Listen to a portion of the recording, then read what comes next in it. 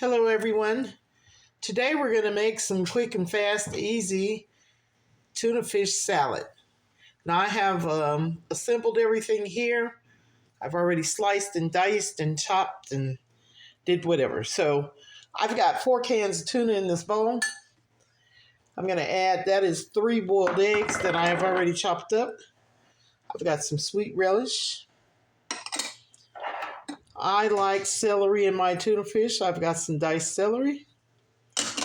And I also have some purple onions. We're going to mix that all up. We're going to add a little bit of mayo.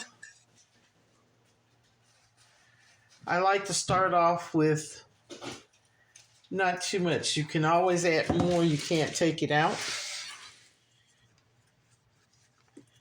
All right, we're going to add a little mustard. I like sugar. This is totally optional. And then we're going to do salt to taste. Sometimes less is better. We start off little and add more. Okay, I'm going to stir this up. And we'll be back. Okay, I've got it all mixed up. I added a little bit more mayo and some mustard, a little bit more sugar, and then salt to taste. Just taste it, season it, and make it your own. And you can thank me later.